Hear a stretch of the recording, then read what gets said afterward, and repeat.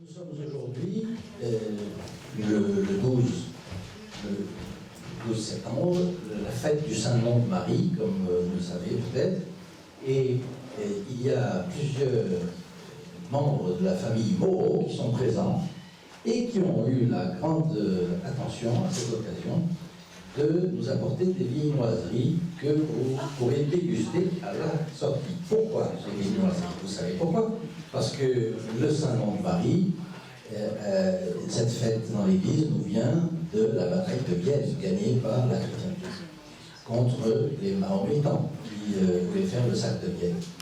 Donc merci à la famille Moreau qui est ici et qui nous fait la gentillesse de nous régaler. Et je voulais donner un petit avis ici.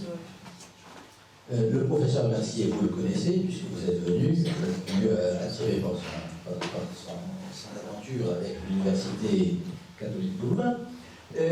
Mais il faut savoir que malheureusement, son aventure n'est pas la seule.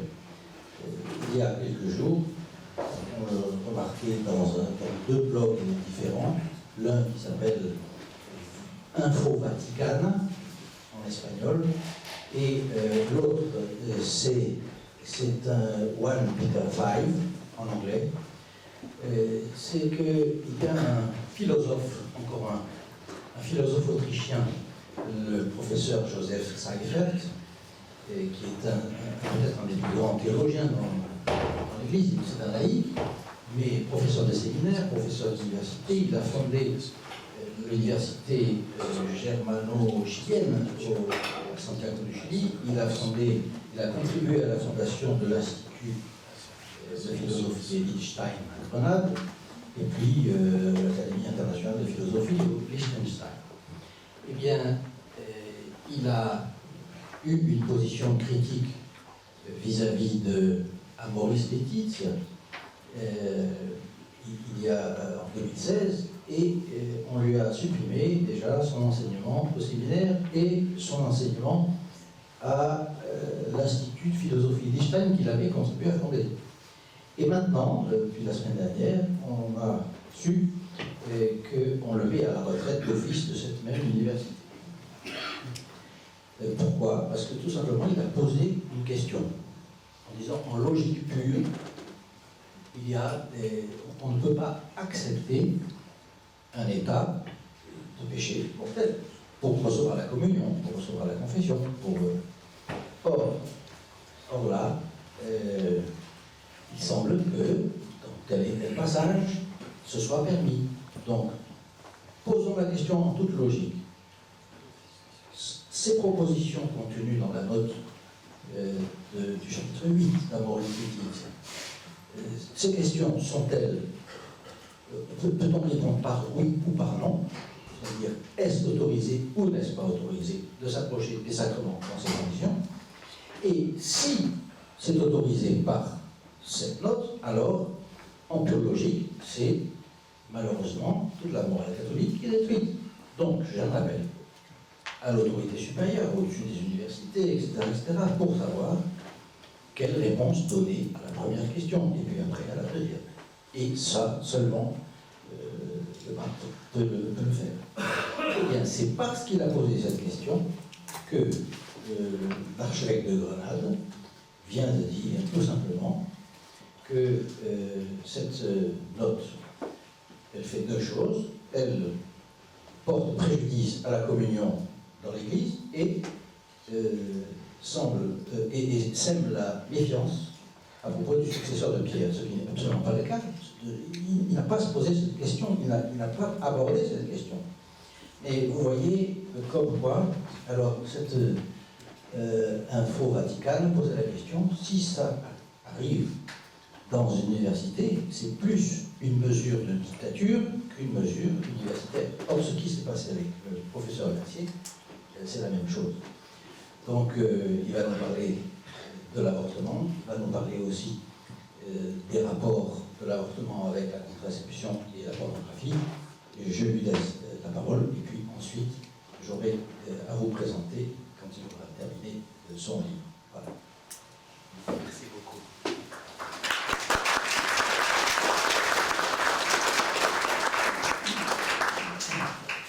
beaucoup que nous commencions par une prière à la Très Sainte Vierge qui détruit les hérésies et tous les ennemis de l'Église.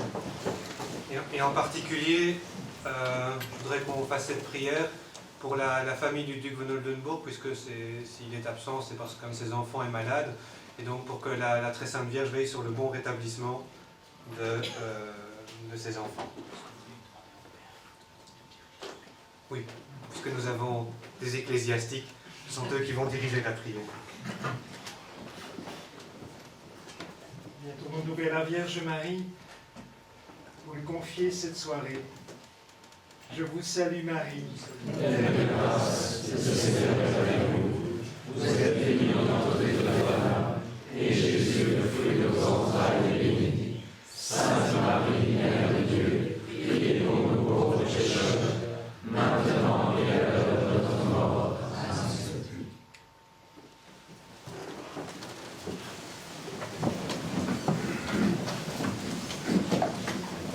Voilà, nous avons fait le principal et le plus important.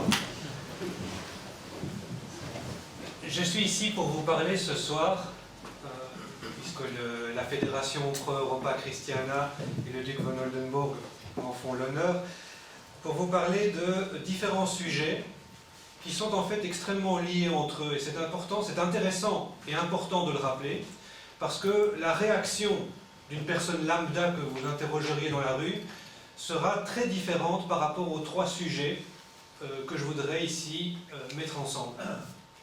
Si vous interpellez quelqu'un dans la rue à propos de son avis relativement à la question de la pornographie, à la question de l'avortement et à la question de la contraception, la personne lambda vous répondra probablement des choses très différentes sur ces sujets différents, en estimant qu'ils n'ont strictement rien à voir l'un avec l'autre. Je pense au contraire qu'il s'agit de problèmes qui sont intrinsèquement liés l'un à l'autre. Et l'idée m'est venue de vous proposer cet exposé à la suite d'une note dont j'avais pu prendre connaissance il y a quelques semaines, quelques mois, d'une jeune journaliste américaine, Claire Chrétien, qui travaille pour la plateforme LifeSite News, que beaucoup d'entre vous connaissent certainement. Et elle expliquait qu'il y avait une sorte de vêtement sans couture qui unissait bien sûr les choses de bien, mais il y avait l'équivalent dans le mal. C'est-à-dire que de la même manière que les choses bonnes s'appellent mutuellement, il y a le même processus qui se retrouve en quelque sorte inversé dans les choses mauvaises, qui elles aussi s'appellent mutuellement.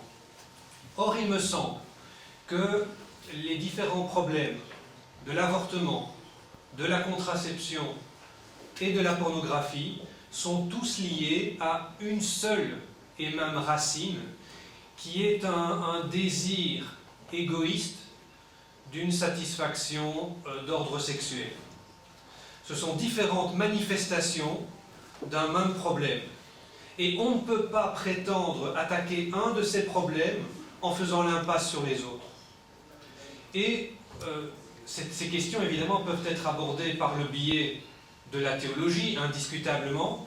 Je voudrais plutôt les aborder par un biais plus marqué par une approche philosophique, parce que mon diplôme indique que c'est ma compétence, et donc ça vaut mieux de parler de quelque chose pour lequel on a un papier qui certifie qu'on a une certaine connaissance, encore que j'ai certains collègues qui estiment que les choses sont un peu surfaites en ce qui me concerne.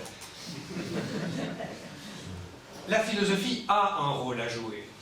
Alors elle est moins importante que la théologie, mais elle a un rôle à jouer à sa propre place. Très traditionnellement et très justement, on parle de la philosophie comme une ancilla theologiae, une servante de la théologie. C'est tout à fait vrai. Ça veut dire à la fois qu'elle est essentielle, mais essentielle à sa place. Une servante est importante pour une princesse. La princesse a toutes sortes de choses qu'elle ne doit pas faire. C'est à sa servante de travailler dans un certain nombre de domaines, parce que si la princesse le faisait elle-même, ce serait en quelque sorte inconvenant. Il y a donc une série de tâches qui sont dévolues aux serviteurs. Et c'est un grand honneur pour la philosophie de pouvoir être au service de la théologie, sans confusion, mais sans séparation radicale non plus. quand j'avais l'occasion de donner cours à des étudiants, une opportunité qui m'est maintenant refusée à l'université, je leur disais qu'il fallait être bien prudent. Quand on fait de la philosophie, il est clair qu'on ne fait pas de la théologie. Les deux disciplines sont bien distinctes, mais distinctes ne signifie pas séparées. Et l'exemple que je leur donnais toujours est très clair. Mes doigts sont distincts les uns des autres, mais il faudrait un couteau pour les séparer. Donc, la perspective philosophique a son intérêt, a sa légitimité, a la place qui est la sienne. En particulier, la philosophie est l'occasion de trouver un terrain d'entente, un terrain commun pour le débat avec celui qui n'est pas ou pas encore croyant ou pas suffisamment croyant. Avec la philosophie, on ne peut pas refuser le dialogue, parce qu'évidemment, quelqu'un qui ne veut pas entendre parler de théologie refusera a priori tout argument théologique, précisément parce qu'il est théologique. Alors que la philosophie n'a d'autre ambition que de se servir de l'outil de la raison naturelle, et personne ne peut évidemment contester la légitimité d'une démarche philosophique, sauf à vouloir se taire complètement. La philosophie donc est utile à sa propre place, et il est absolument essentiel de voir que argumenter philosophiquement, ce n'est pas simplement donner une opinion. M. Goyard a rappelé ici l'aspect dictatorial que pouvait avoir un certain relativisme. Benoît XVI avait bien trouvé l'expression de dictature du relativisme. C'est exactement cela. Il y a un relativisme qui est dictatorial, qui s'efforce d'imposer l'impossibilité d'avoir une autre opinion que celle qui va être dominante. La philosophie, c'est-à-dire le bon usage de la droite raison, peut nous aider à nous garantir contre cette dictature du relativisme, parce que la philosophie est une discipline scientifique, c'est-à-dire qu'elle possède des protocoles de vérification, de légitimation. Chaque science a ses propres protocoles, la philosophie a les siens, qui lui permettent d'avancer des propositions qui sont fermement soutenues et qui ne relèvent pas de la pure et simple opinion. C'est extrêmement important parce qu'on entend très souvent dire « je suis d'avis que » ou « en tant que chrétien, mon opinion est que ». C'est une version au rabais de ce que nous sommes autorisés à dire. Je ne dirais pourtant pas « en tant que mathématicien, je pense que 2 et 2 font 4 ». Non, personne ne dit ça, ou celui qui le dit est automatiquement ridicule, sauf certains qui prétendent que 2 et 2 font 5, mais c'est une autre histoire. Mais enfin, personne de sensé ne dit « en tant que mathématicien, je pense que 2 et 2 font 4 ». Non, un être raisonnable, normal, dit « j'affirme que 2 et 2 font 4 ». Ce n'est pas une question d'une opinion, c'est un fait vérifiable. Ce n'est donc pas simplement mon avis qui serait aussi respectable que tous les autres avis. Une discipline scientifique, comme l'est la philosophie, comme l'est la théologie, si elle respecte ses propres protocoles, n'en vient pas simplement à une sorte d'affirmation légère et au rabais, mais affirme que les choses sont de telle ou telle nature. Je ne livre pas une opinion, je fournis des arguments qui sont destinés à établir, par la voie de preuve, des choses que j'entends bien démontrer. Donc, il faut se méfier des gens qui veulent en quelque sorte neutraliser le débat et qui, lorsqu'ils vous ont entendu sur l'avortement ou autre chose, vont vous dire « Oh, c'est très bien, mais c'est votre opinion. » Sous-entendu, c'est la vôtre et donc ce n'est pas la mienne. Et j'entends que vous respectiez mon espace de liberté. Ça ne marche pas comme ça. Si je vous donne une preuve, vous êtes obligé soit de l'accepter, soit de la réfuter. Vous ne pouvez pas dire, parce que c'est de la paresse, vous ne pouvez pas dire « oui, c'est une preuve, mais je ne vais pas en tenir compte ». De la même manière que vous ne pouvez pas dire à quelqu'un « oui, vous avez avancé que 2 et 2 font 4, vous avez fourni des preuves, mais enfin, je vais m'en tenir à une autre opinion parce que la vôtre ne me plaît pas ». Il est absolument essentiel que les interlocuteurs acceptent un véritable débat, et un véritable débat se fait en argumentant sur des preuves et en examinant la validité et la solidité de ces preuves. Quelqu'un qui refuse une preuve simplement parce que ça ne lui plaît pas prouve en réalité qu'il refuse le débat, qu'il refuse le rôle de la raison, qu'il refuse une discussion honnête. D'ailleurs, ceux qui sont en général les promoteurs du relativisme font du relativisme très sélectif. Ils sont relativistes quand ça les chante, mais quand ça ne les chante plus, ils cessent de l'être. Parce qu'un relativiste très cohérent estime finalement que tout est relatif, même le principe selon lequel tout est relatif. Et si le relativiste est vraiment cohérent, il estime que ses propres valeurs ne sont pas supérieures aux vôtres. Allez cependant voler le portefeuille d'un relativiste. Il va estimer que vous commettez une grave injustice et que son opinion relative à la justice est une opinion extrêmement valide, logique, et que vous feriez bien de partager. Un relativiste l'est en général dans son salon, lorsque ça lui convient, et lorsqu'il a le souci de préserver son propre confort intellectuel. De même, le relativiste qui vous dit « Oui, mais enfin, votre opinion sur l'avortement, ça n'est que votre opinion », voyez s'il dit la même chose avec le viol. Si vous lui dites « Oh, moi je pense que le viol, c'est pas si grave », pensez-vous qu'il va vous dire « Oh, c'est votre opinion, je la respecte », pas du tout. Le relativiste est un être profondément incohérent, parce qu'il donne des prémices relativistes qu'il suit quand ça l'arrange bien, et qu'il cesse de suivre quand ça ne l'arrange pas. Ça fait très longtemps que Aristote a condamné le relativisme en des termes qui sont parfaitement dénués d'ambiguïté. Aristote, au terme d'une démonstration qui est plus exactement une monstration très serrée, Aristote en vient à la conclusion que le seul relativiste cohérent, c'est celui qui se tait. Il faut, comme le dit un spécialiste contemporain d'Aristote, il faut que le relativiste, s'il veut être cohérent avec ses prémices, s'enfonce dans le silence végétal de l'infra-humain. Il n'y a pas de dialogue avec un relativiste, parce qu'un relativiste n'est jamais quelqu'un de cohérent. Quand on discute avec quelqu'un, il faut partir d'arguments, il faut partir de preuves, et il y a une certaine loyauté à reconnaître la légitimité des preuves qui nous sont données, ou à les contester pour de bonnes raisons, et non pour de purs et simples caprices. Quelquefois, il arrive que des preuves établissent des choses qui ne nous plaisent pas. C'est un signe de maturité intellectuelle d'être capable d'entendre une preuve qui contrarie ce qui nous plaît.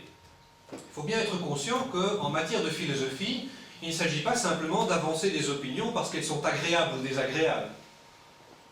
Ça, c'est une chose qu'on fait quand on a du loisir et du hobby. Quand on veut argumenter et qu'on fait de la philosophie, il ne s'agit pas de savoir si les choses nous plaisent ou non, il s'agit de savoir si les choses sont vraies ou pas. Il s'agit de savoir si elles sont vraies et qu'on peut les établir par des arguments, ou bien que nous manquons d'arguments solides. La question de savoir si ça nous fait plaisir ou si ça ne nous fait pas plaisir est une toute autre question. La réalité, quelquefois, ne nous amuse pas, ne nous fait pas plaisir. Nous nous heurtons à la dureté du réel. Mais être capable de se heurter à la dureté du réel et d'accepter la réalité même du réel, c'est une preuve de maturité. Un adulte, c'est celui qui fait l'expérience de la limite. C'est celui qui reconnaît que la réalité s'impose à lui. C'est un signe, au contraire, de profonde immaturité intellectuelle. C'est un signe d'une intelligence infantile que de refuser la réalité sous prétexte qu'elle nous déplaît. Autrement dit, si je fournis une preuve et qu'elle est bonne, on ne peut pas la contester simplement sous prétexte qu'elle ne nous plaît pas. Si elle ne nous plaît pas, nous devons regarder plutôt en nous-mêmes pour savoir ce qui coince, ce qui fait difficulté en nous. Pourquoi est-ce que j'oppose une résistance à la réalité? Quel est le problème, non pas de la réalité, mais quel est mon problème à moi, qui suis incapable de la regarder en face? Alors, la réalité qui nous intéresse, justement, c'est de voir ce qu'il en est ici de différents comportements que je vous propose d'associer dans la logique qui les fonde. Ces différents comportements sont l'avortement, la contraception et la pornographie. 3 choses indiscutablement différentes. Bien entendu, le plus grave est celui qui détruit purement et simplement une vie humaine. Il s'agit de l'avortement. Indiscutablement, ce sont des choses très différentes. Mais derrière cette différence, l'idée que je voudrais vous proposer ce soir, c'est qu'il y a une racine commune.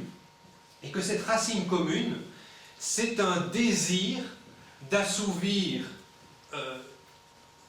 subjectivement des pulsions égoïstes. Des pulsions que nous avons tous en nous. Et si nous sommes chrétiens, si nous sommes catholiques, ce que nous sommes, je crois, ici pour la plupart, nous savons très bien pourquoi nous avons tous cela en nous. C'est une des suites, une des conséquences du péché originel, tout simplement.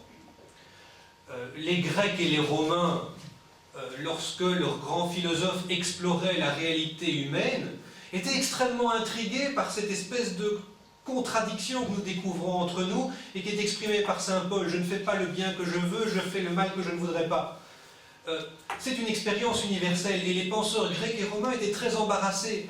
Pour eux, comment se fait-il qu'une nature fondamentalement bonne soit à ce point portée au mal? La théologie nous fournit une réponse très simple. C'est qu'effectivement, notre nature est fondamentalement bonne, mais elle est blessée par le péché originel qui fait que cette nature fondamentalement bonne est en permanence en déphasage par rapport à elle-même. Ce dont je parle ici, ce dont je parle ce soir, ces choses mauvaises, ces pulsions égoïstes, ce sont des choses que nous avons tous en nous. J'insiste sur ce point-là parce que lorsque nous avons l'occasion de discuter avec des gens qui ne partagent pas notre point de vue, il y a une remarque qui intervient très rapidement, c'est « Oh, vous êtes condescendants, vous les catholiques, vous êtes condescendants parce que vous dites à tout le monde ce qu'il doit faire. Vous vous croyez supérieur. » Pas du tout. Les défauts dont je parle sont les défauts de tous les êtres humains. Certains les ont plus marqués que d'autres, mais ce sont des défauts communs. Lorsque je critique cette tendance à l'égoïsme qui nous mène plus ou moins loin dans la direction de la contraception, de l'avortement, de la pornographie, je ne suis pas occupé à dire que je suis supérieur à tout le monde et que je critique des défauts qui sont chez les autres, mais qui ne se trouvent pas chez moi. Les germes de ces défauts que je critique sont chez moi comme ils sont chez les autres. Le philosophe Sénèque, philosophe païen, avait une remarque extrêmement intéressante à ce niveau-là. Dans un traité qu'il écrit sur la vie heureuse, c'est-à-dire le bonheur, il répond à une objection qui lui est faite.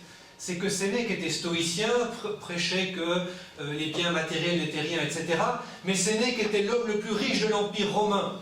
Il possédait une fortune estimée à 300 millions de sesterces, c'est-à-dire quelque chose qui représente à peu près aujourd'hui la fortune de Bill Gates ou quelque chose comme ça. Naturellement, ses adversaires avaient beau jeu de lui dire « C'est facile de prêcher la pauvreté quand on est extrêmement riche. C'est facile de prêcher le détachement quand on est soi-même entouré de villas luxueuses et d'esclaves. C'est facile de dire que le mal n'est rien quand tout va bien. » Et Sénèque répondait ceci. Parfois les païens nous font honte parce que leur élévation morale est parfois bien supérieure à la nôtre. Sénèque disait « Mais vous avez raison de me critiquer, parce que les défauts que vous dénoncez sont bien les miens. Je ne suis pas un sage. » Et d'ailleurs Sénèque ajoutait « Et pour vous faire plaisir, je vous avouerai même que je ne le serai jamais. Je suis trop médiocre pour ça. Mais ce n'est pas parce que je ne suis pas vertueux que je ne dois pas tendre vers la vertu. Je ne suis pas occupé à vous donner, à me proposer à vous comme exemple. Je ne suis pas occupé à dire « Regardez-moi comme je suis bon et vertueux et faites comme moi. » Je vous dis « Je suis aussi misérable que vous, mais regardez, la vertu est dans cette direction-là et nous devons tous y aller. » Voilà pourquoi, lorsque nous proposons nos opinions, qui sont des opinions vigoureuses, qui sont des opinions que le monde va qualifier de jugeantes et discriminantes, nous ne devons pas hésiter à dire « Oui, ce sont des opinions jugeantes et discriminantes. » Mais ce ne sont pas des opinions qui sont données par des donneurs de leçons qui se croiraient supérieurs aux autres. Ces opinions sont données par des pécheurs qui le sont autant que tous les autres. et qui regardent un idéal et qui espèrent qu'avec l'aide de la grâce, ils pourront faire un bout de chemin pour arriver à diminuer la masse de leurs vices. Donc, lorsque je dis aux autres ce qui est bon, ce n'est pas mon propre exemple que je leur donne. Je critique mes propres défauts autant que ceux de tout le monde. Moi aussi, j'ai des très profondes tendances à l'égoïsme, qui, si elles ne sont pas canalisées par un effort personnel, mais surtout par la grâce, me mèneront tôt ou tard à des déviances, que ce soit la pornographie, la contraception ou l'avortement. Je ne suis pas immunisé. Donc c'est très important dans les débats que nous pouvons avoir avec des gens qui ne partagent pas nos opinions, de leur rappeler que la critique que nous faisons du vice, c'est d'abord la critique de nos propres vices, et celle de tous les hommes, pas celle de telle ou telle personne en particulier que nous nous permettrions de regarder de haut. Le subjectivisme et une anthropologie déficiente qui est profondément dualiste, et c'est parce qu'elle est dualiste qu'elle est profondément déficiente, le subjectivisme et une anthropologie déficiente, plus la paresse et l'indifférence, nous amènent progressivement à toutes sortes de vices. Par là, nous penchons vers la pornographie. Par là, nous nous laissons aller à une mentalité contraceptive qui débouche in fine sur la culture de mort. Mais les liens qu'on pourrait faire seraient extrêmement nombreux. J'en ai choisi 3 ici, parce que ce sont 3 éléments qui, à mon avis, blessent tout particulièrement les femmes. Et j'insiste là-dessus, parce que combien de fois ne va-t-on pas nous dire « votre discours est rétrograde, vous méprisez les femmes ». Alors, pour pas mal de gens, je pars avec un défaut que je ne pourrai jamais effacer, quoique avec le gender il faut se méfier aujourd'hui. Je suis un homme, et donc, bien entendu, puisque je suis un homme, c'est que je suis macho, sexiste, et que je déteste les femmes. A priori, c'est comme ça. Ce que je veux dire ici, aujourd'hui, c'est qu'en rassemblant pornographie, contraception et avortement, je voudrais montrer que justement, la position que nous défendons et qui s'oppose à ces vices et à ces déviances-là, c'est une manière de promouvoir véritablement la cause de la femme qui n'est servie ni par la pornographie qui réduit son corps à un objet, ni par la contraception qui fait exactement la même chose, ni par l'avortement qui blesse la femme et qui tue son enfant. Mais évidemment, toutes les autres déviances pourraient être liées aussi. La contraception, par exemple, l'acceptation de la contraception mène presque inévitablement à l'acceptation de l'homosexualité. C'est pas moi qui le dis, c'est l'archevêque, enfin le pseudo-archevêque de Canterbury, Rowan Williams, qui était pseudo-archevêque de Canterbury, puisque c'est un anglican. Il était le primat de l'église, de la communauté ecclésiale anglicane entre 2001, je crois, et 2012, et c'était un fervent de la cause homosexuelle. En 1989, il avait écrit un texte intitulé « The Body's Grace », la grâce du corps, dans laquelle il expliquait que la conférence de Lambeth en 1930, en ouvrant les portes dans la communauté anglicane à la contraception, aboutissait logiquement à l'autorisation de l'homosexualité. Donc c'est un partisan de l'homosexualité qui le disait. C'est pas moi qui y suis opposé, qui le dénonce. Mais c'est un autre sujet. On peut donc faire toutes sortes de liens, gender, homosexualité, etc. Je n'en fais ici que 3, pornographie, contraception, avortement. La pornographie, heureusement, est encore assez mal vue par le citoyen lambda. Alors que l'avortement fait l'objet d'une approbation assez généralisée, hélas, la pornographie continue de faire l'objet, et c'est heureux, d'une réprobation. Encore que c'est de plus en plus perçu comme quelque chose d'anodin, et un travail pernicieux sur le vocabulaire y contribue. Il est très intéressant de voir que nous devons faire extrêmement attention à l'usage que nous faisons du langage. C'est un psychologue ou psychiatre maintenant, je ne sais plus, qu'il avait écrit il y a déjà une 50aine d'années. Il parlait de la verbocratie, c'est-à-dire la domination par la parole. Et il avait raison, c'est que nous nous laissons travailler par le vocabulaire que nous utilisons, que nous le voulions ou non. Je veux dire par là, et c'est quelque chose qu'on observe très souvent dans l'histoire des idées, c'est un de mes petits hobbies sur le côté, c'est l'histoire de la philosophie comparée. Je m'intéresse notamment à la philosophie néo-confucianiste en Chine, qui prétend revenir à Confucius. Et en fait, on revient à Confucius et on critique les bouddhistes. Mais les bouddhistes avaient à ce moment-là une métaphysique beaucoup plus développée. Que font les néo-confucianistes? Ils essayent de s'attaquer aux bouddhistes sur leur propre terrain, en utilisant leurs propres concepts. Et ce faisant, ils sont bouddhistes sans le savoir. Ce que je veux dire par là, c'est qu'en acceptant le vocabulaire de l'adversaire, on a déjà mis un doigt dans l'engrenage. Regardez un mot comme homosexualité. Mais ça suppose, le simple fait d'employer ce mot, suppose qu'il y a une alternative à ce qui serait par ailleurs une norme simplement généralisée de l'hétérosexualité. Comme si c'était deux choses à mettre à peu près sur le même plan. Regardez le vocabulaire qui entoure les différentes formes de pornographie. On va parler d'une distinction, bien entendu, entre pornographie et art érotique.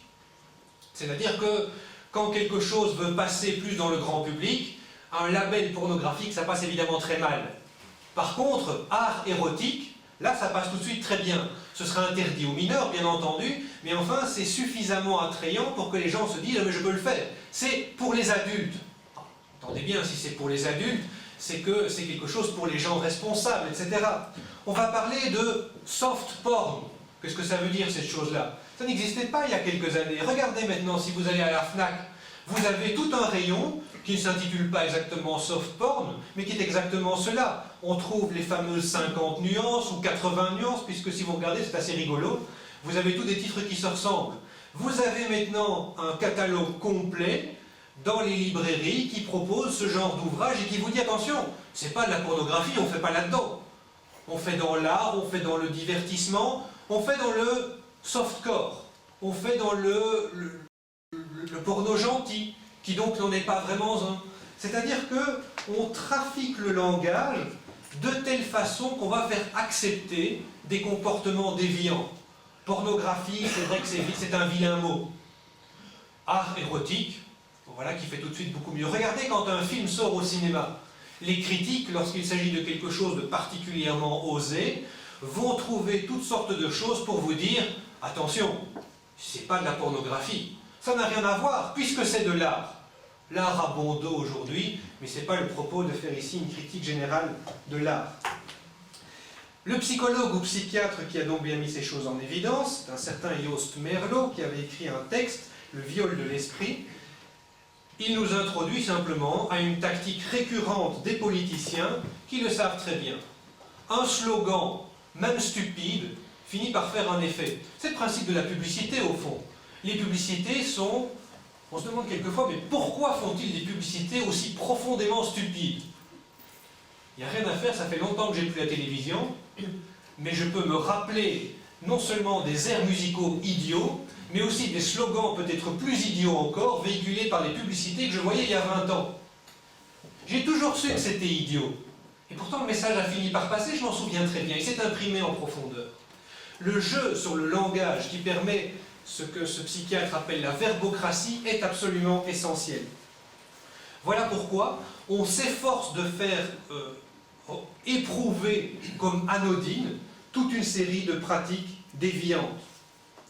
Le danger, c'est d'avoir une vision tout à fait faussée de la sexualité et une vision qui apparaît comme étant finalement anodine.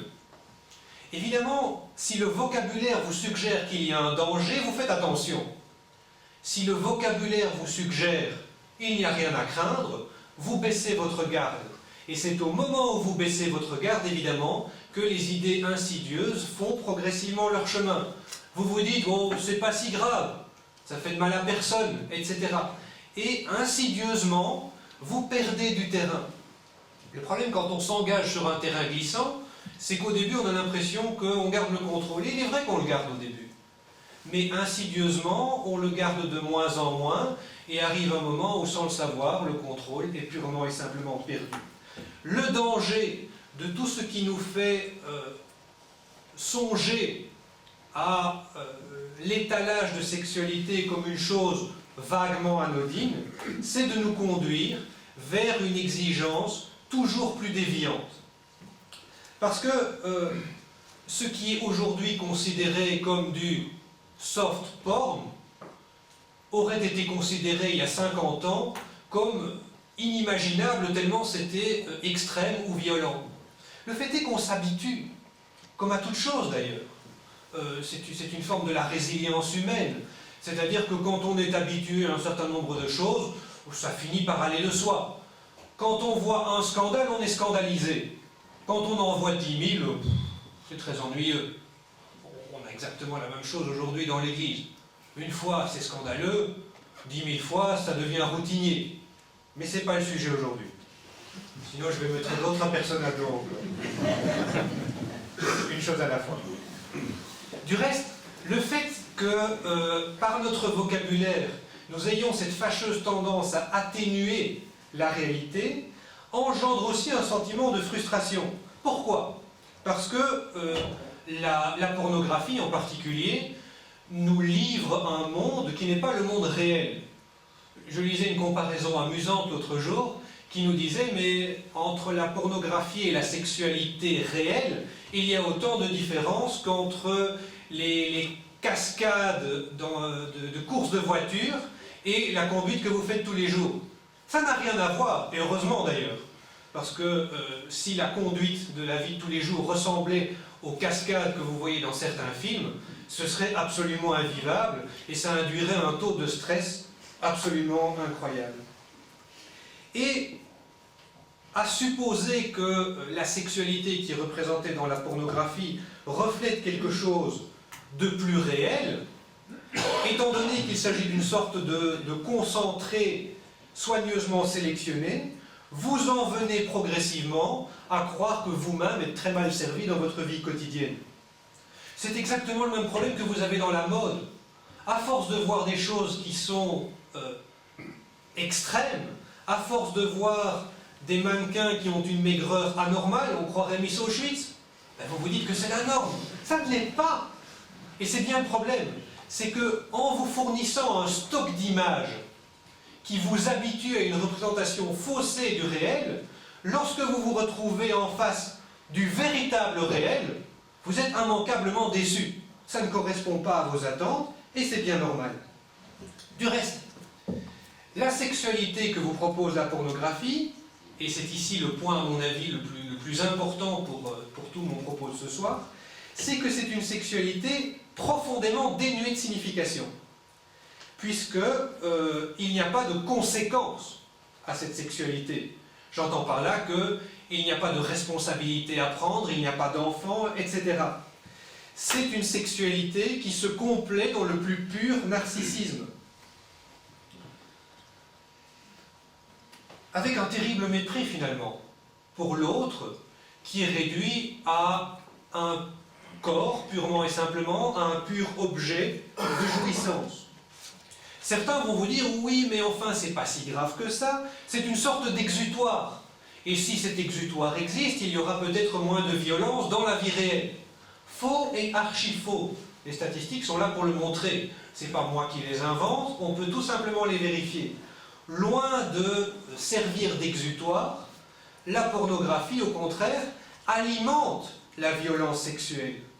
Et il suffit de regarder des statistiques, c'est pas du tout une invention, c'est même pas un argument philosophique. C'est simplement un fait. Les agressions sexuelles sont en augmentation lorsque la pornographie est en libre accès. Et c'est très normal quand on y pense. La pornographie alimente quoi? Elle alimente la frustration. Ah oui, la vie réelle n'est pas aussi excitante que la sélection d'images qui sont faites précisément pour mobiliser vos instincts les plus bas. Donc la vie ordinaire va vous paraître frustrante. Vos propres performances vous paraîtront extrêmement frustrantes. Autrement dit, vous serez de mauvaise humeur, vous serez agacé, vous vous sentirez hargneux et haineux vis-à-vis de tout ce qui rappelle votre propre insuffisance et cette frustrante indisponibilité que vous constatez partout autour de vous. Pas étonnant dans ces circonstances-là que la pornographie aggrave les agressions sexuelles. Supposez maintenant encore, parce qu'il faut essayer d'un petit peu faire le jeu de l'adversaire, pas par complaisance, mais pour voir jusqu'où mène sa logique, supposez maintenant que vous vous retrouvez avec une femme extrêmement belle et extrêmement complaisante.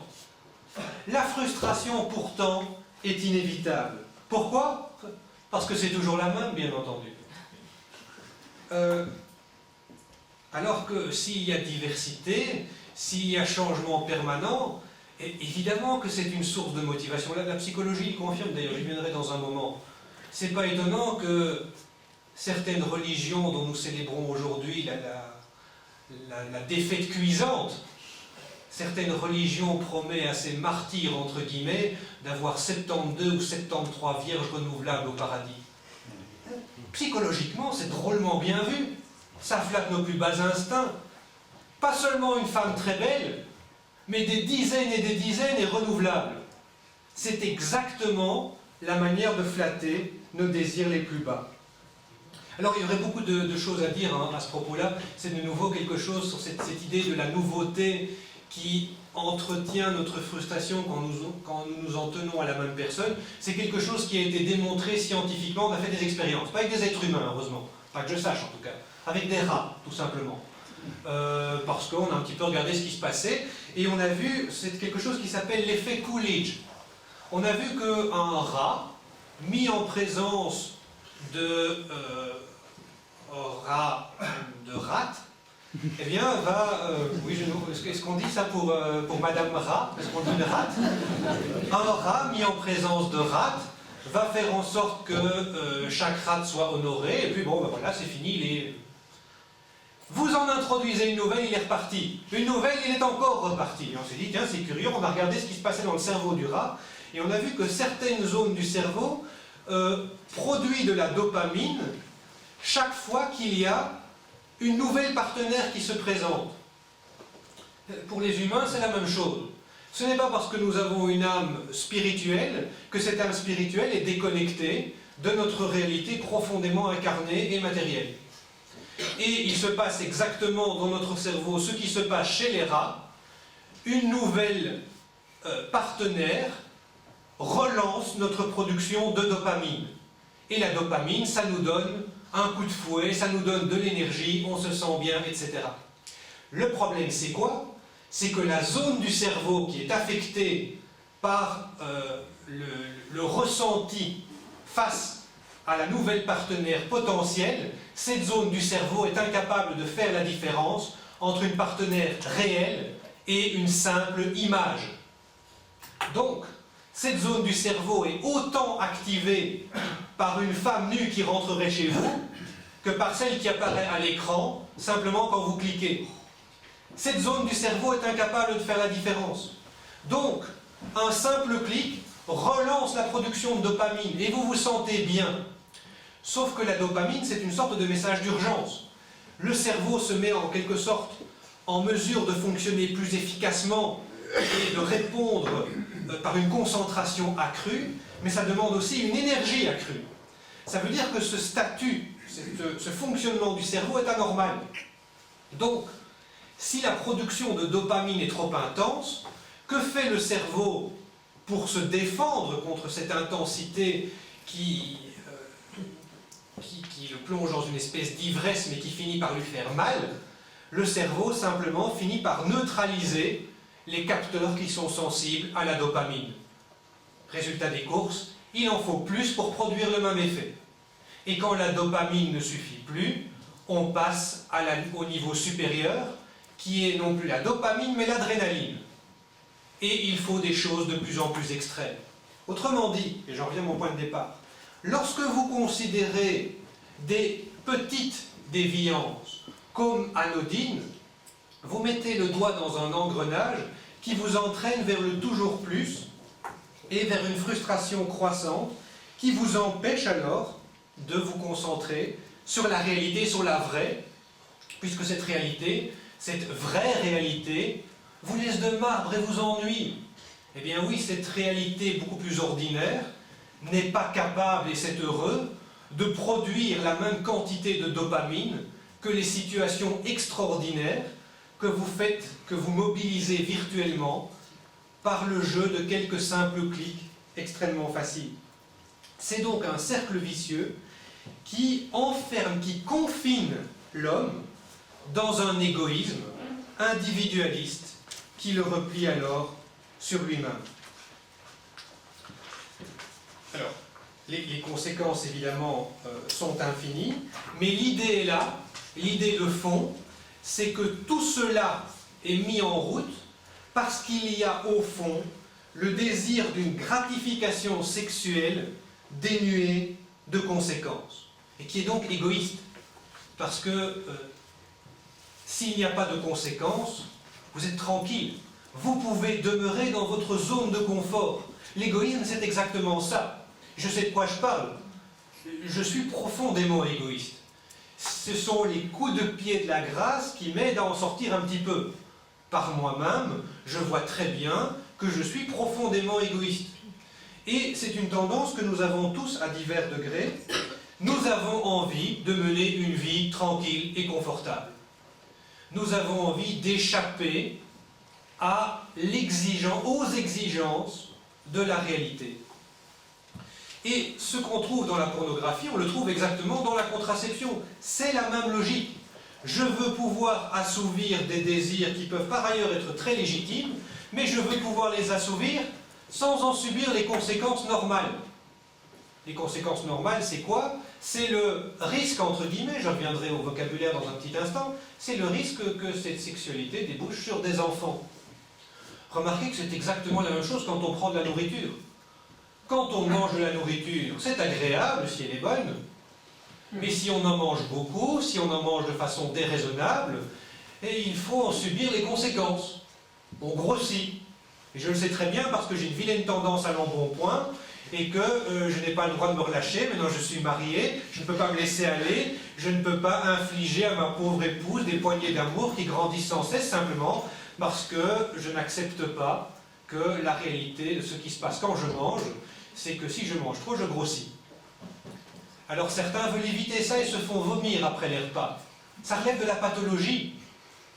Ça peut être de l'anorexie, de la boulimie, ça peut être simplement un caprice. Les riches romains mangeaient trop, mangeaient expressément trop, et puis faisaient un petit tour au vomitoire pour pouvoir recommencer, pour pouvoir manger sans en subir les conséquences.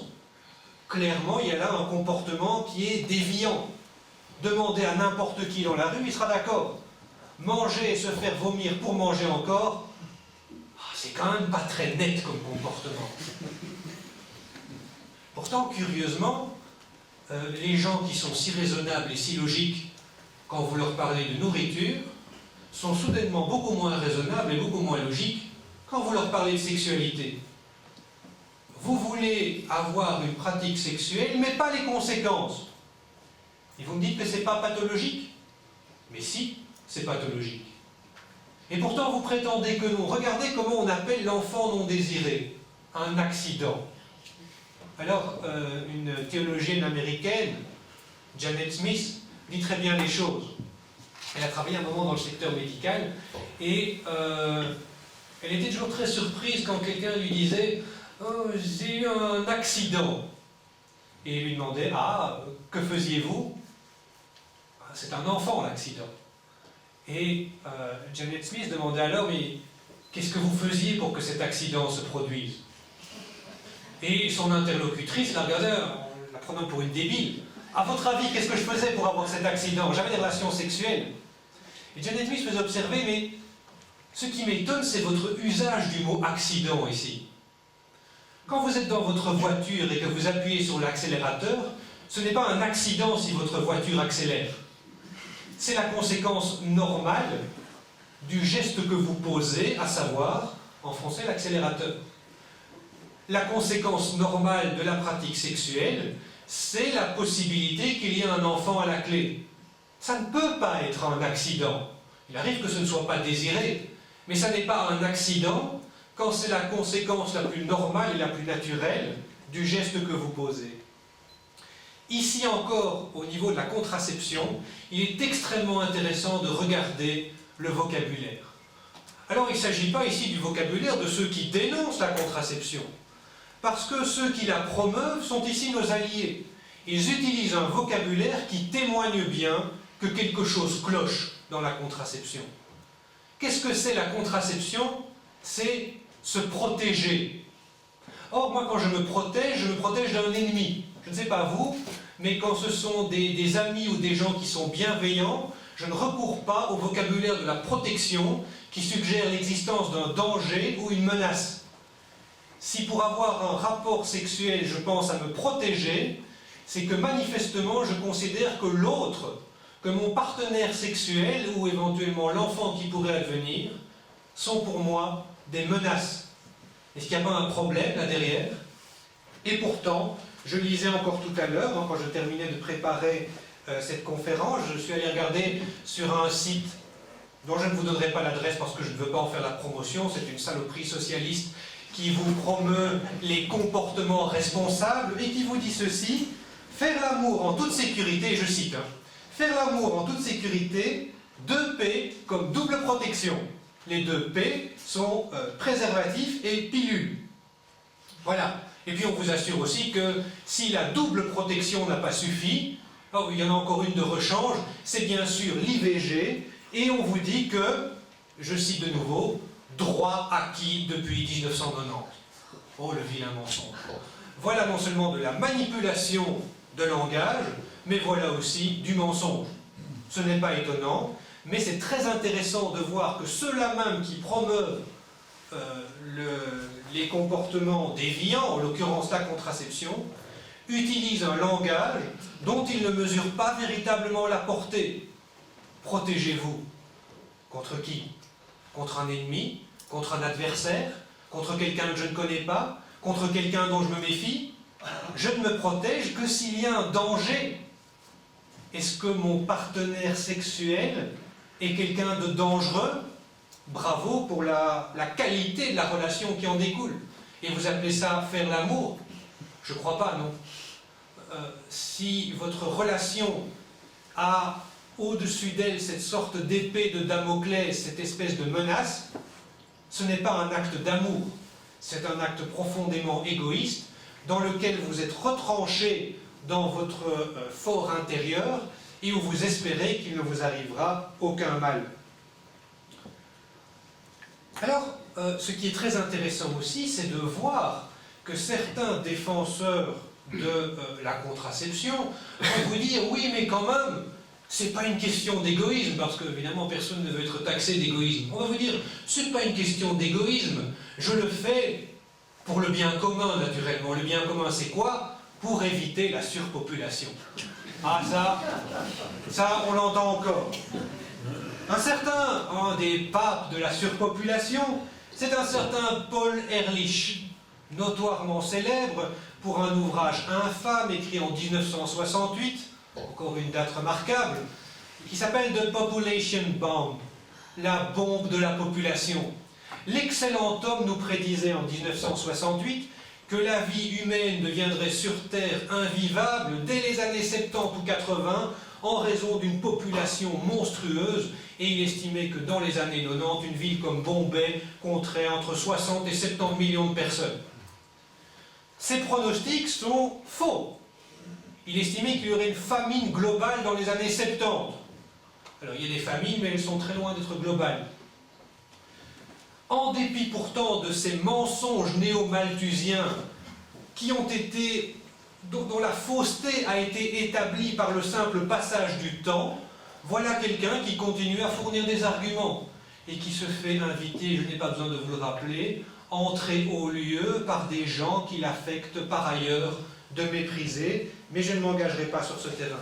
Je veux simplement dire par là que ceux qui promeuvent la contraception le font soi-disant pour des motifs généreux, qui ne sont qu'un paravent pour l'égoïsme, tout simplement parce que cette alternative à la surpopulation est un mythe pur et simple dont les affirmations ont purement et simplement été déconstruites par le passage du temps qui a révélé leur fausseté et leur immédiate caducité.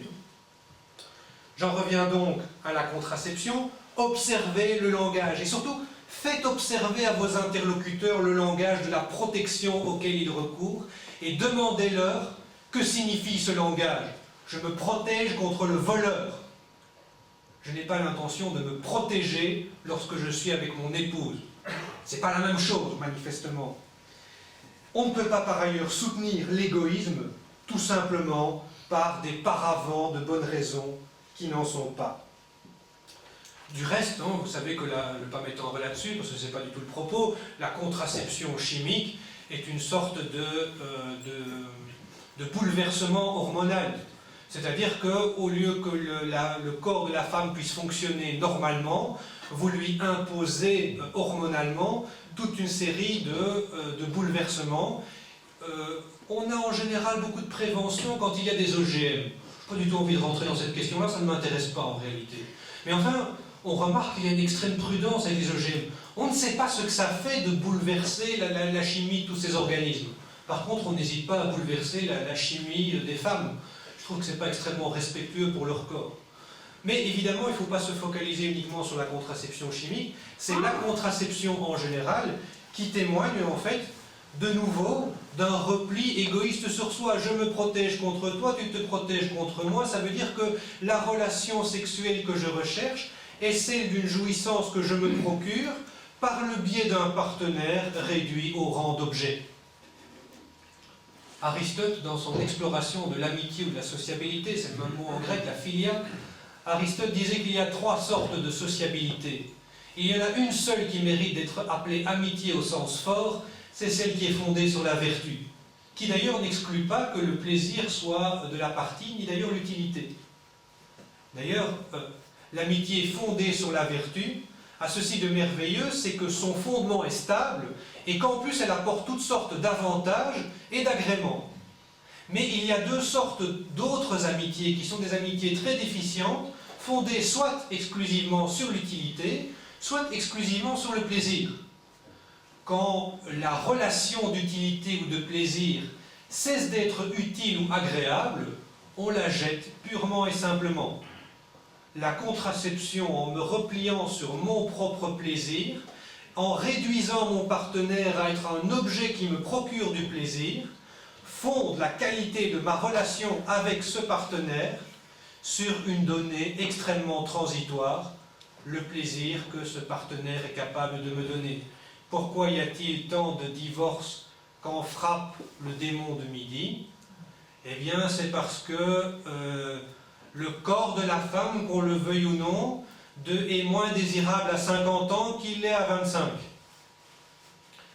La fortune de l'homme a pu s'accroître entre-temps, si bien qu'une jeune femme échangera peut-être des avantages financiers indiscutables contre la satisfaction égoïste que cet homme recherche auprès de chairs simplement plus fraîches que celle à laquelle il est habitué. Il y a donc une réduction du corps de la femme à un objet de plaisir. Et on observe que si la pornographie est une chose effectivement bien différente de la contraception, la logique à l'œuvre est bien la même.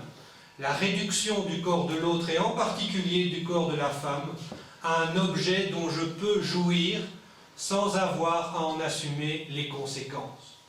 Et si ces conséquences se présentent sous la forme d'un très regrettable accident, alors je recours, toujours dans la même logique, à la solution qui paraît s'imposer et qui est bien sûr l'IVG. Un euphémisme qui dissimule bien entendu un mensonge. Regardez de nouveau le travail sur le vocabulaire. Quand j'ai été confronté à celle que je soupçonne d'être une tribade militante à l'université, quand j'ai été confronté à elle sur la question de l'avortement, elle m'a dit « Votre discours sur l'avortement, sur l'IVG, Elle refusait le mot avortement. Oui, c'est un mot vilain. Pornographie, c'est vilain. Avortement, c'est vilain. Donc, on va dire érotisme ou art érotique. Et on va dire interruption volontaire de grossesse. Hein, c'est quand même encore un peu médical, formel. IVG, c'est un acronyme. Un acronyme, ça ne signifie rien. On les multiplie partout. C'est juste un flatus vocis. Un simple bruit.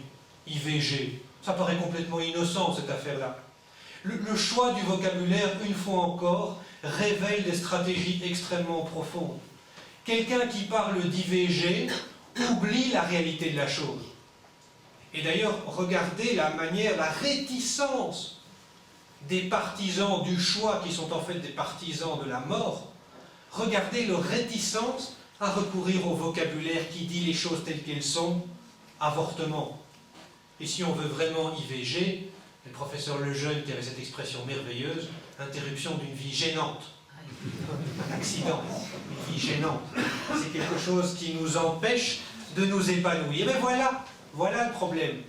C'est que l'intervention de cette vie gênante est interprétée comme un obstacle à notre épanouissement, à notre développement personnel, sur lequel l'accent est mis sans cesse aujourd'hui. Et ce n'est pas une mauvaise chose que l'accent soit mis sur le développement personnel. Mais on se trompe du tout au tout quand on pense que le développement personnel d'un être humain peut se faire au détriment d'un autre être humain. Et cela vaut en particulier pour un autre être humain qui n'est pas simplement mon voisin ou quelqu'un d'éloigné, mais qui est quelqu'un de tellement proche que pour la femme, elle le porte dans son propre sein, ou pour un homme, il est le résultat de l'acte qu'il a fait avec cette femme dont on espère qu'il l'aime véritablement. Donc cette vie qui peut être gênante et que certains sont tentés, et parfois plus que tentés, d'avorter, est perçue comme un obstacle et comme un danger. Et c'est ça qui est très regrettable. Quand vous voyez tous les slogans de ces féministes rabiques qui vous disent « mon corps, mon droit, je choisis », elles ont l'impression que l'enfant les menace. Or, toute notre, j'ai envie de dire presque notre stratégie rhétorique, consiste à montrer qu'il n'en est rien.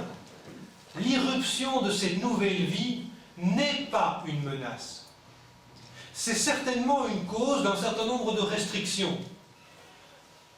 Mais ces restrictions s'accompagnent de tas de nouvelles possibilités aussi. Bien sûr, chaque choix que nous allons poser induit un certain nombre de limitations. Eh bien, le choix de s'engager dans une activité sexuelle peut déboucher sur l'arrivée d'un enfant, de la même manière que ce choix initial restreignait un certain nombre d'autres options. Eh bien, il faut accepter aussi la conséquence la plus naturelle de ce choix, la possible arrivée d'un enfant. Et le tout est de bien faire comprendre que contrairement à ce que certains croient, pensent ou veulent nous faire croire, l'arrivée d'une nouvelle vie n'est pas une catastrophe. Or, que vous disent les partisans de l'avortement? Je sais que mon temps est presque expiré, ou déjà expiré, mais on va juste encore quelques éléments. Que vous disent les partisans de l'avortement? Ah, ils vous disent, mais je dois pouvoir faire des choix, je dois pouvoir mener ma vie comme je l'entends, je dois pouvoir... Et puis, ils se rendent bien compte qu'il y a quelque chose de bancal dans leur argumentation. Raison pour laquelle ils se rabattent sur des arguments qu'ils estiment meilleurs. Remarquez que c'est la même logique qui était à l'œuvre dans la contraception. On se rend bien compte que dire simplement « je veux utiliser la contraception parce que j'ai envie de ne pas assumer les conséquences de mes actes », on se rend compte que ça ne passe pas. Et donc, on invoque les préceptes néo-malthusiens en disant « oui, mais je fais ça pour éviter la surpopulation ». Regardez ce qu'on fait avec l'avortement. « Ah, mais je ne le fais pas pour des motifs égoïstes. Je le fais simplement pour assurer aux autres enfants que j'aurai éventuellement un cadre plus décent, pour me donner d'abord une bonne situation, parce que je ne suis pas prêt, parce que... » Et on vous sort alors l'argument massu. « Oui, mais vous vous rendez compte, il y a des cas dramatiques. Il y a des cas où cet enfant est la suite d'un viol, où il a une grave déficience. Oui, bien sûr, ce sont des cas dramatiques. Et il faut les examiner. Bien sûr, il va falloir garder au fond l'idée que même dans les cas les plus dramatiques, on ne peut pas avorter. Mais avec les gens qui viennent vers vous en disant « il y a des cas dramatiques », dites-leur « d'accord, on parlera des cas dramatiques ». Mais avant ça, puisque vous voulez manifestement parler des cas dramatiques, c'est que vous êtes d'accord avec moi sur les cas qui ne sont pas dramatiques. Puisque vous voulez tout de suite passer aux cas difficiles, c'est que sur tous les cas faciles, vous êtes d'accord avec moi que l'avortement est une chose mauvaise. Oh, la plupart des gens, s'ils sont nés, vont vous dire « ah ben non, non, non ». Vous voyez la malice et la perversité de cette argumentation qui consiste à mettre sur le devant de la scène les cas les plus sordides, de mettre l'exception pour faire passer une généralité scandaleuse. Mettez-leur de grâce des statistiques sous les yeux. Avant les arguments proprement philosophiques, il est essentiel d'avoir des données factuelles incontestables. Je vais chercher mes statistiques dans je ne sais quelle officine du gouvernement belge qu'on ne peut pas soupçonner d'être pro-vie. Donc je ne vais pas chercher, je ne vais pas citer des sources qui me sont initialement favorables. Je regarde ce que dit le gouvernement belge, je regarde les statistiques de l'avortement en Belgique et je vois quoi? Je vois que les cas de viol représentent, je crois, par an, une quarantaine de cas où on cherche à excuser l'avortement en utilisant ce motif, une quarantaine de cas sur 20 000. Quand on fait valoir les dangers pour la vie de la mère ou les malformations de l'enfant, et j'entends malformation au sens très large, un doigt en trop, c'est une malformation. En tout, les cas dramatiques, en ce compris le doigt en trop, ça représente 4 à 5% des cas d'avortement. Celui qui vous sort les cas dramatiques pour justifier l'avortement, demandez-lui d'abord ce qu'il fait des 95% d'autres cas. Il faudra parler, bien entendu, des 4 ou 5% restants et apprendre à convaincre votre interlocuteur que même dans ces cas-là, on ne peut pas avorter. Mais avant d'en venir là, occupons-nous des cas faciles, c'est-à-dire plus de 19 000 sur 20 000 avortements officiellement pratiqués en Belgique, pour les raisons suivantes, parce que les statistiques nous informent sur les motifs. Je ne me sens pas prêt. C'était une rencontre d'un soir. Mieux encore, c'était pas avec mon mari. Des choses qui arrivent aussi. Ou je suis encore aux études. Le meilleur d'entre tous, ma famille est déjà complète. Donc j'avorte. Ces arguments-là sont des arguments profondément égoïstes. Et ceux qui viennent vers vous en faisant valoir les cas dramatiques, au fond d'eux le savent bien. Parce qu'ils savent que seuls les cas vraiment dramatiques ne ressemblent pas, ou en tout cas pas directement, à de l'égoïsme mal dissimulé. Il faut vraiment faire comprendre. Et c'est ça qui est un gros enjeu. L'arrivée d'un nouvel être humain n'est pas une catastrophe. Ça peut être quelque chose de difficile. Ça peut être quelque chose même de psychologiquement extrêmement pénible à assumer. Mais il y a d'autres alternatives. L'adoption, qui est une alternative merveilleuse. Pourtant, certains considèrent que c'est un moindre mal par rapport à l'avortement. C'est monstrueux de penser ça.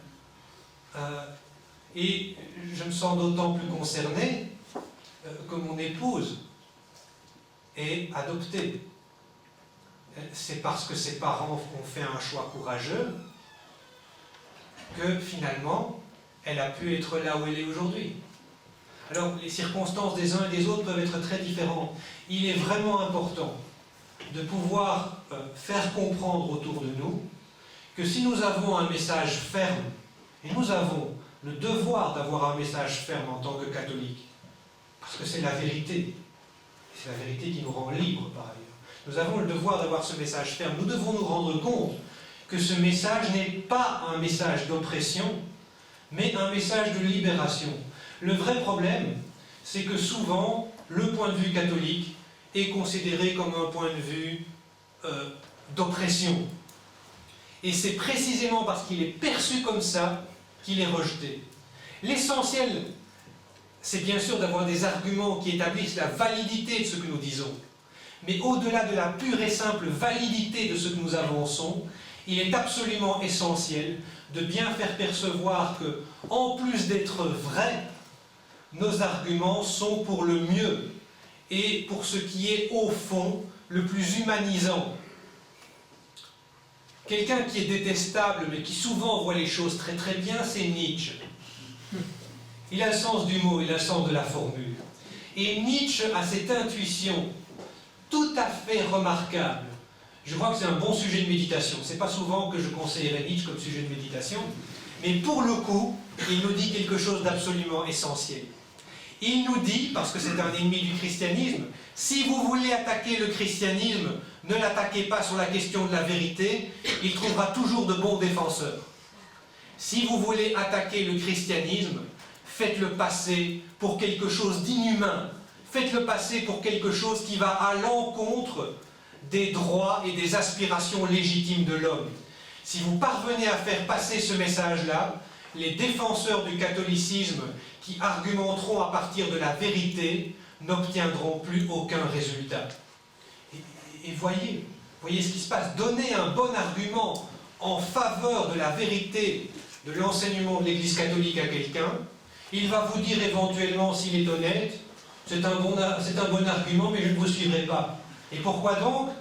Parce que ça ne me plaît pas, parce que votre pensée me paraît source d'oppression. Ce qui est dramatique, et ce que nous devons absolument apprendre à trouver le moyen de désamorcer, c'est une représentation très fausse de l'enseignement de l'Église, qui fait que beaucoup de gens perçoivent cet enseignement comme une source d'oppression, ce qu'il n'est pas, que du contraire. Il faut montrer que la véritable source d'oppression, c'est tout l'argument fallacieux qui va à l'encontre de ce que dit l'Église. Voilà pourquoi j'ai voulu axer mon intervention de ce soir sur le fait que des choses qui paraissent anodines à beaucoup de gens comme l'avortement, des choses qui sont à ce point rentrées dans les mœurs qu'on ne songe même plus à les discuter, comme la contraception, et des choses qu'on ose encore un peu remettre en question, comme la pornographie, ces choses-là, en réalité, sont toutes les trois perverses et ont toutes les trois un fondement qui implique une désacralisation du corps de la femme, qui implique un profond mépris pour la femme. C'est ça que nous devons faire comprendre à nos adversaires. Nous ne sommes pas des ennemis du genre humain. Nous ne sommes pas des ennemis de la femme en particulier, que du contraire. Notre souci principal et primordial est le véritable bien de l'homme. Et toute cette philosophie actuelle de l'épanouissement que vous trouvez répandue dans les magazines a quelque chose de bon. Oui, il faut travailler à l'épanouissement de l'homme.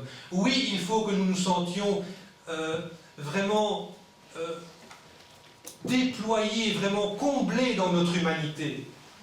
Mais ce que nous devons comprendre, c'est aussi que la véritable recette pour ce bien de l'homme, c'est de se conformer à la réalité du réel, pas de vouloir le modeler à notre sauce.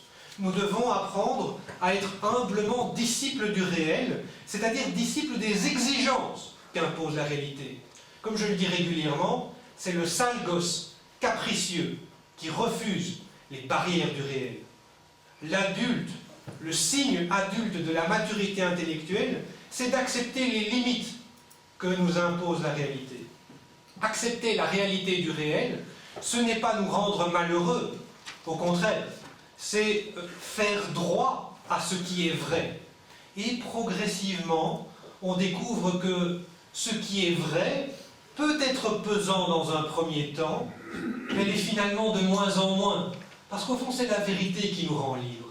Et de façon très intéressante, ce sera un des mots de la fin, j'en aurai juste deux, un des mots de la fin, ce sont mes petits hobbies chinois.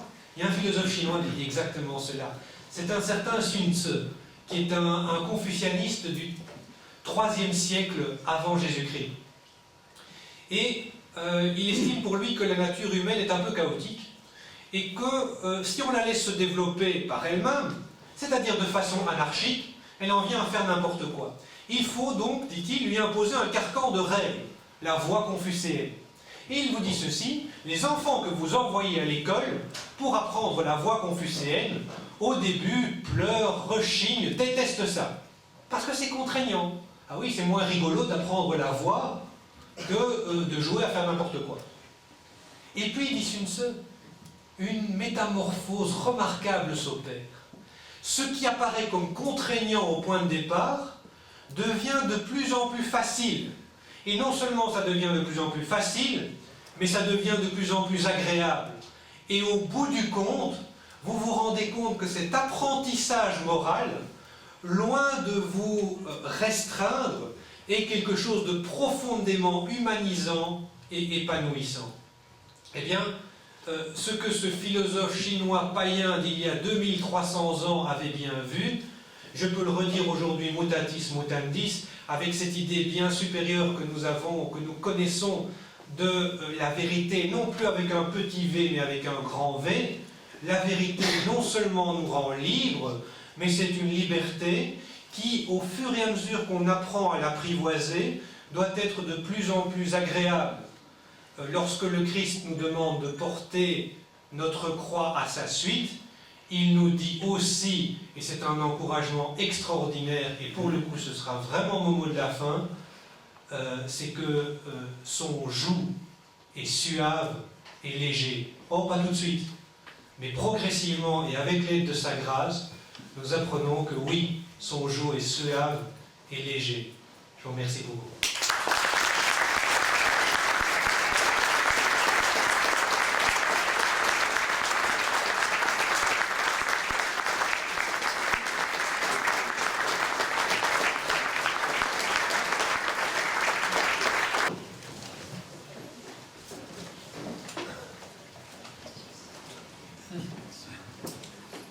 Merci beaucoup, monsieur Mercier, c'était extrêmement intéressant pour moi, pour ma part. Je vois non seulement un convaincu, mais un professeur qui a des principes et à cause de cela, son discours ira loin. Je me souviens aussi qu'on dit toujours que la doctrine convainc, les arguments convainquent, mais l'exemple entraîne. Et vous avez le feu nécessaire pour ça. Une chose que je voulais rappeler également, c'est à l'appui de tout ce que vous disiez, il y a une chose que la doctrine catholique, sur laquelle la doctrine catholique insiste, mais qui n'est quasiment pas dite aujourd'hui, c'est notre Seigneur Jésus-Christ nous a créés tels que nous sommes.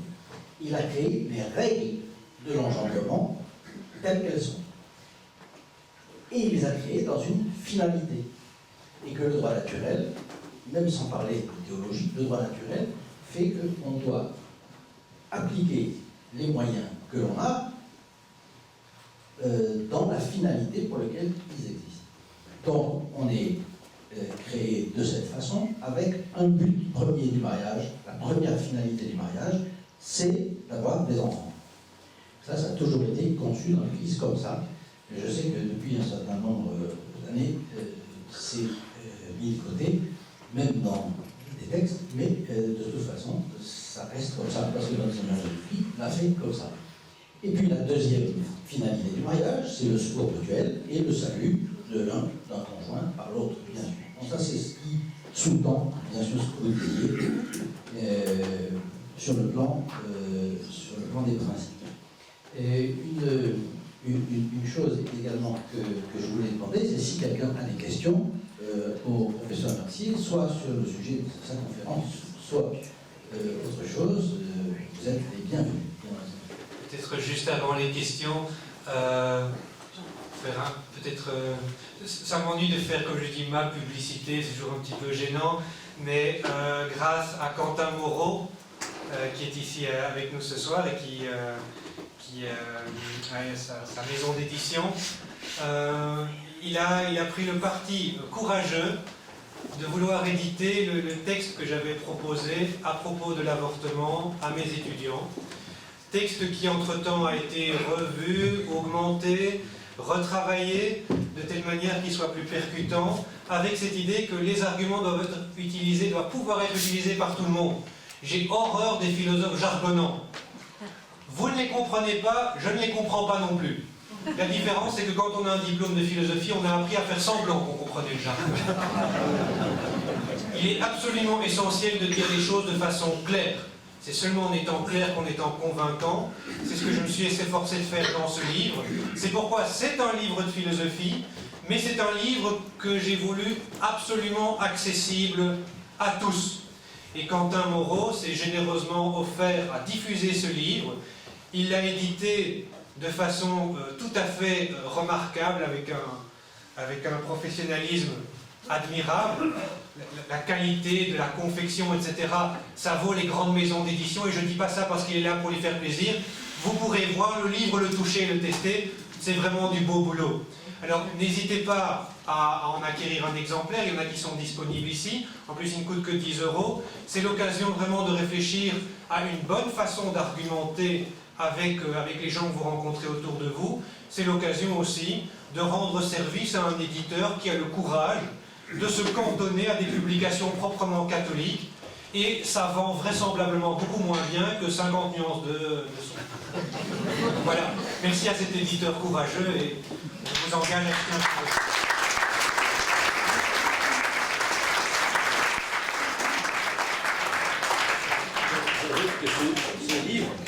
Ce livre raconte toute la question, toute l'affaire avec l'université catholique de Louvain, l'université de Louvain, oui, voilà.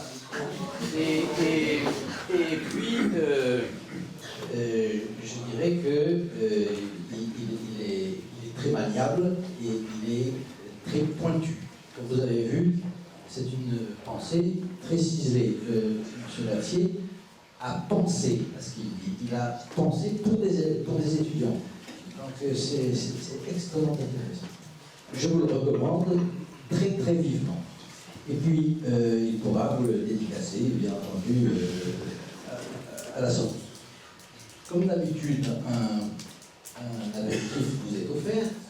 Et vous savez que l'habitude ici, c'est quand vous vous levez, messieurs, si vous avez la gentillesse de prendre les chaises, les plier et de les mettre sur les bords, de telle manière que tout d'un coup, on puisse circuler ici. Et puis enfin, vous avez des boîtes à la sortie, et le duc Paul vous demande, comme vous le savez, de bien vouloir aider ce combat que nous menons ici contre l'avortement et contre la pornographie, etc. Parce que c'est une chose qui demande de l'organisation, qui demande de la lutte, qui demande d'envoyer des lettres, qui demande de coaliser énormément de personnes. Et ces réunions, nous aimerions bien sûr qu'elles continuent et chaque fois plus vigoureuses. Et c'est la raison pour laquelle nous vous demandons de bien vouloir les soutenir. Enfin, vous avez les calendriers de la Fédération pro-Europa Christiana et les calendriers de Tradition, Famille, Propriété, qui viennent de sortir cette semaine, et ils sont gratuits. Vous pouvez les prendre à discrétion pour vous, pour vos amis. Voilà. Je pense qu'on a peut-être un petit peu de temps pour des questions encore, si quelqu'un veut.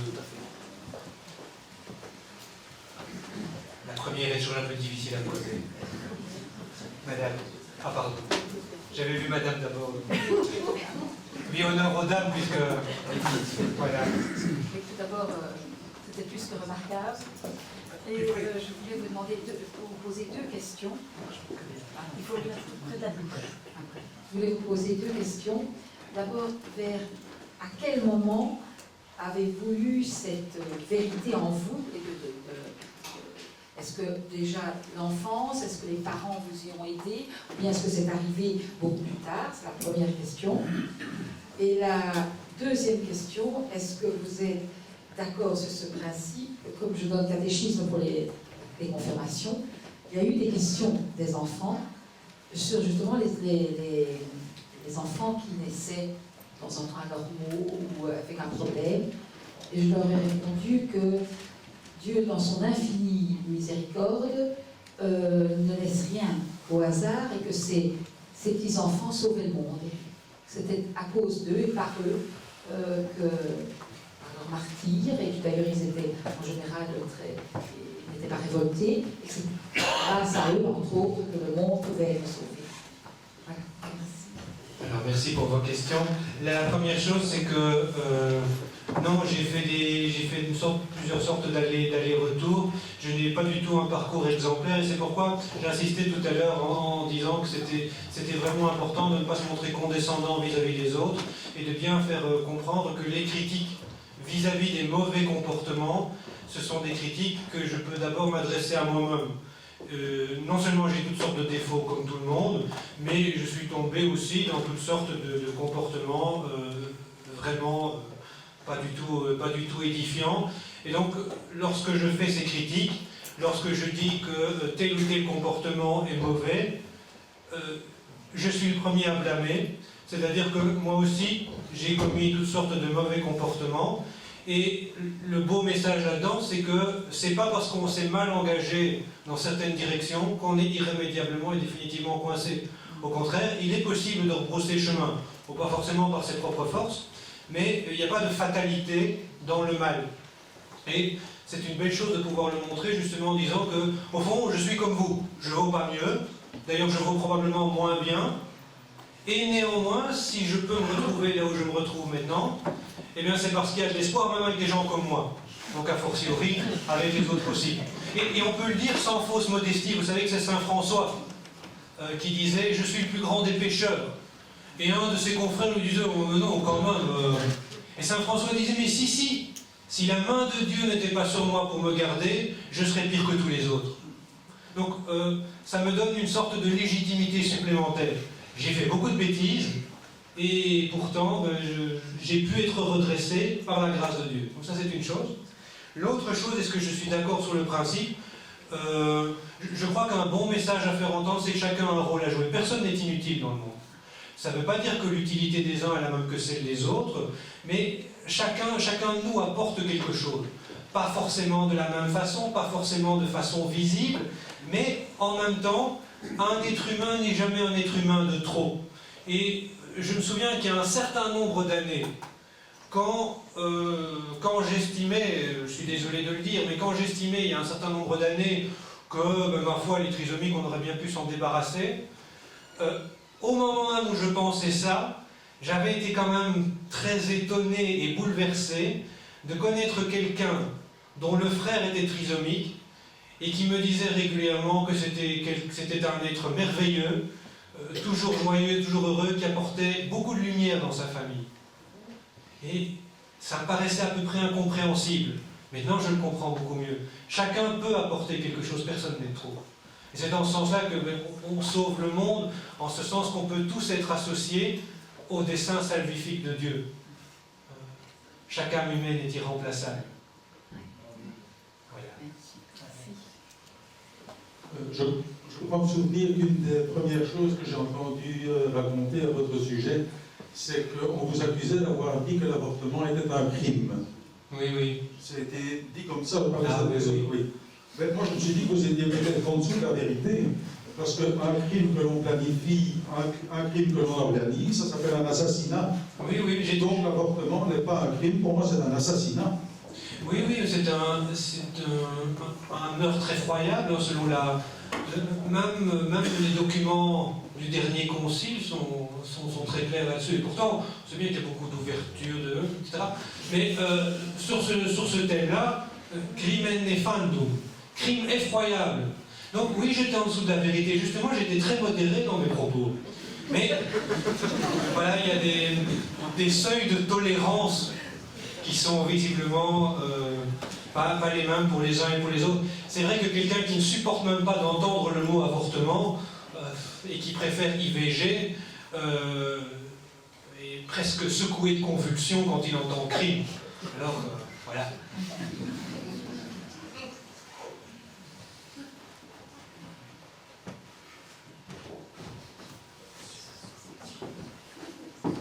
Y a-t-il encore une question? Oui. Tout simplement, est-ce que vous avez reçu quelques soutiens de la part de la hiérarchie catholique? Je m'enregistrer.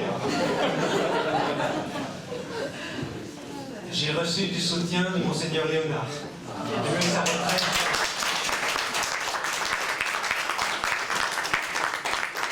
Nous avons donc un évêque belge courageux.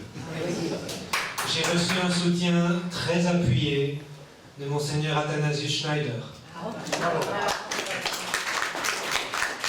Bien nommé Athanasius Schneider, qui, lorsqu'il a appris la chose, a immédiatement célébré la messe à mon intention, parce qu'il sait, et il a raison, que c'est la chose la plus puissante et la plus importante. J'ai reçu du soutien lorsque je suis allé, il y a quelques mois, à Rome, du cardinal Burke et du cardinal Caffarra, récemment rappelé à Dieu. J'ai pu par ailleurs rencontrer le cardinal archevêque de Malines-Bruxelles, qui m'a dit, après avoir eu vent de l'affaire, c'est triste. Je lui ai demandé si je pouvais espérer du soutien, etc. Et il a dit que oui, il n'était pas d'accord avec ce que l'université avait fait. Je lui ai dit aussi que la déclaration officielle des évêques disant qu'ils ne voulaient pas se mêler de philosophie parce qu'ils étaient théologiens était un petit peu étrange. Cette déclaration signée par les différents évêques de Belgique. Quand je lui ai fait part, j'étais avec deux de mes professeurs et maîtres. Quand je lui ai fait part de mon étonnement à ce sujet, il a eu un petit rire et il a dit « Oui, je n'étais pas très d'accord non plus avec cette déclaration. » Et donc, il admettait simplement en riant qu'il n'était pas particulièrement enthousiaste à l'idée de signer ce document aberrant disant que philosophie et théologie devaient bien être séparées. Il n'était pas tout à fait d'accord, mais il a signé quand même. Et quand je lui ai dit « Est-ce que je peux compter sur votre soutien ?», il a dit qu'il allait bien peser les éléments du dossier. C'était au début du mois de juin. J'espère au moins qu'il a eu la bonté de prier pour moi, en tout cas agir au niveau de l'université. S'il l'a fait, ça n'a pas été très efficace. Mais alors, cette fois-ci, sans plaisanterie, on peut lui laisser le bénéfice du doute pour le coup. Parce que vous savez que l'université catholique de Louvain, lorsque Monseigneur Léonard était devenu archevêque de Malines-Bruxelles, a changé ses propres statuts internes de telle manière que les évêques, quand bien même ils voudraient dire quelque chose, n'auraient plus aucun pouvoir. Donc, même si l'archevêque est de bonne volonté et souhaite aider, son pouvoir effectif au sein de l'université est nul. Parce que, comme l'a dit un de mes collègues, l'université catholique de Louvain n'est pas vraiment une université puisqu'on y pratique une censure déloyale. Elle n'est pas catholique puisqu'elle ne permet pas qu'on soit catholique. Et elle n'est pas à Louvain puisqu'elle est à Louvain.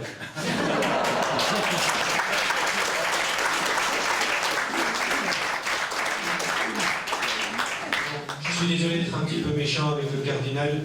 C'est une faute que je dois confesser. Vraiment, il faut prier pour lui, parce que si nous, on a reçu une grâce particulière de pouvoir dire les choses franchement et courageusement, il faut bien se rendre compte que c'est une grâce qu'on reçoit. C'est pas parce que je suis plus courageux que le cardinal, c'est parce qu'il se trouve que notre Seigneur m'a donné le coup de fouet dont j'avais besoin. Donc, s'il me l'a donné généreusement, je ne peux pas mépriser le cardinal qui ne s'est pas montré aussi courageux. Je dois prier pour que la grâce qui m'a été faite lui soit faite aussi. Donc je vous demande de prier avec moi pour lui. Je terminerai parce que il faut bien terminer, mais par une réflexion. Cet avortement et cette contraception qui existe, vous parliez tout à l'heure de 1990, en France 1974, 74, a provoqué une dénatalité phénoménale dans nos pays. Bien, l'a provoqué en Allemagne. Et aujourd'hui, je l'ai vu cette semaine, en Allemagne, les enfants de moins de 5 ans, oui, vous l'avez vu, 36% d'entre eux sont des enfants d'immigrés, donc en grosse partie musulmans. Pourquoi? Voilà. Donc, de notre côté occidental, on a pratiqué tout ce qu'il fallait pour ne pas avoir d'enfants, et il y a une espèce de changement de population, et c'est terrible pour l'Europe. Parce que c'est à 10 ans, à 15 ans, vous savez que la Russie est un pays, dans 20 ans, quasi fini, parce qu'il n'y a plus d'enfants, et il y a énormément d'anciens.